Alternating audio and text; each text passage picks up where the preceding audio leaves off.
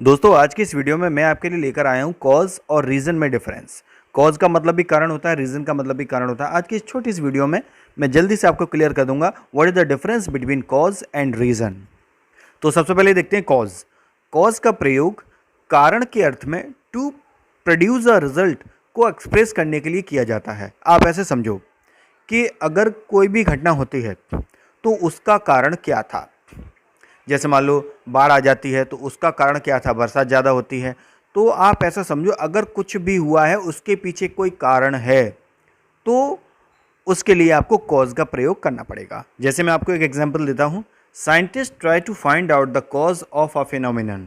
मतलब ये जो अद्भुत घटना हुई है तो इसका कारण जानने की साइंटिस्ट ने कोशिश की।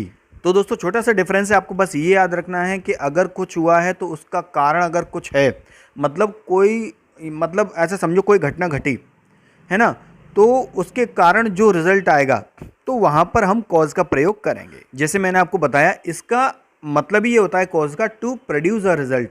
मतलब ज़्यादा बारिश से बाढ़ आ गई, इसका कारण, तो इसका कारण क्या हुआ, बारिश, तो यहाँ पे कॉज आएगा। अब मैं आपको बताता हूँ रीज़न।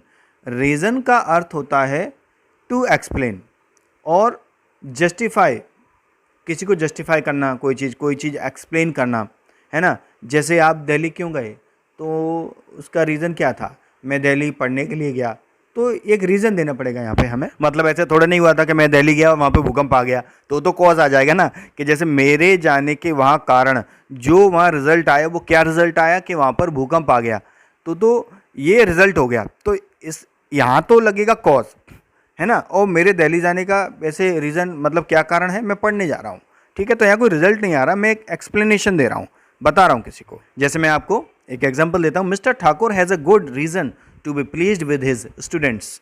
मतलब मिस्टर ठाकुर के पास एक बहुत अच्छा रीज़न है अपने स्टूडेंट्स के साथ, अपने स्टूडेंट्स को खुश करने के लिए, उनके साथ खुश रहने के लिए। तो दोस्तों एक बार और मैं आपको बता देता हूँ, कॉज का मतलब होता है टू प्रोड्यूस अ रिजल्ट। मतलब किसी के कारण जो रिजल्ट आता है, कुछ घटना होने के कारण, कुछ भी होने के कारण जो रिजल्ट आता है तो वहाँ पर कॉज लगाते हैं। जैसे तूफान के कारण पेड़ गिर गए, तो पेड़ गिरने का यहाँ पर क्या कारण था, तूफान आया, है ना, तो यहाँ पर रिजल्ट आया ना, पेड़ गिरे हैं तो कॉज लगेगा, ठीक है। और रीजन का मतलब होता है कुछ एक्सप्लेन करना। जैसे अगर मान लीजिए आप स्कूल नहीं गए तो आप से टीचर पूछेंगे व्हाट इज द रीजन, आप स्कूल कल क्यों नहीं आए, why did you not come to the school yesterday, तो आप उसको आंसर देंगे, मतलब एक्सप्लेन करेंगे, सर मेरी तबीयत ठीक नहीं थी या जो भी कुछ था। तो इसका मतलब क्या हुआ, आप यहाँ पर एक्सप्लेन कर रहे हैं तो यहाँ पर लगेगा रीजन।